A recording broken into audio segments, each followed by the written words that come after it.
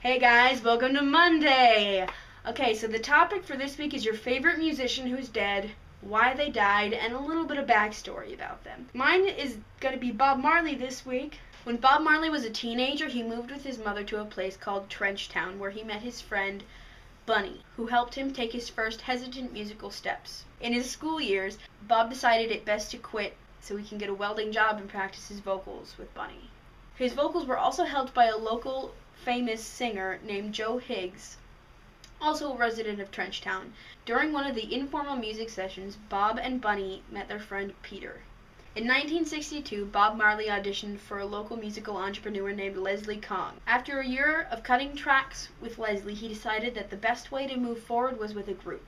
And so Bob Marley took Bunny and Peter, and they became the Wailing Wailers. The new group had a mentor, a Rastafarian hand drummer named Alvin Patterson, who introduced them to a man named Clement Dodd. Clement Dodd was a record producer in Kingston, and in 1963 did a recording session with the Wailing Wailers, and pleased with the results, agreed to sign the group.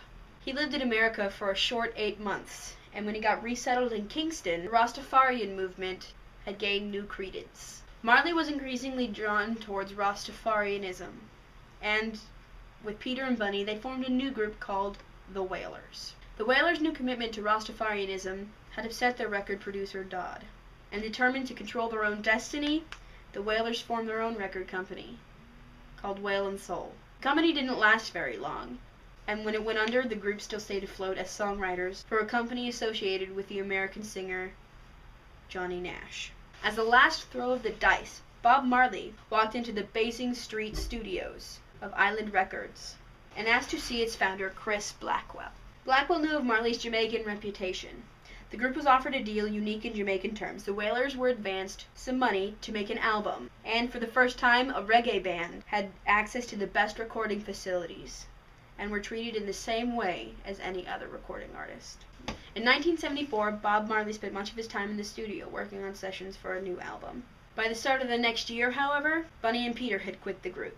They were later to embark on solo careers. The band was renamed Bob Marley and the Wailers. Bob Marley and the Wailers were taking reggae into the mainstream. By November, the Wailers returned to Jamaica to play a benefit concert with Stevie Wonder. They were obviously the country's greatest superstars. In 1976, the album Rastaman Vibration cracked the American charts. By way of thanking the people of Jamaica, Marley decided on a free concert. The idea was to emphasize the need for peace in the slums of the city, where warring factions had brought turmoil and murder. On the eve of the concert, gunmen broke into Marley's house, and in an attempt to kill him, only managed to wound him. In defiance of the gunmen, Bob Marley still put on the concert, and after that, disappeared. It was Bob Marley's last appearance in Jamaica for 18 months, and from there he moved to London. Here it gets a little sad. Marley and the band went to America. After 2 shows in Madison Square Garden, Bob Marley fell seriously ill. The reason why Bob Marley died was because 3 years earlier in London, he had been playing football, soccer, and hurt his toe. The wound became cancerous and was belatedly treated in Miami, but it continued to fester. By 1980, the cancer, in its most virulent form, had begun to spread through Marley's body. He fought the disease for 8 months and wished to be transported back to Jamaica. Sadly, he died in a Miami hospital on May 11th, 1981.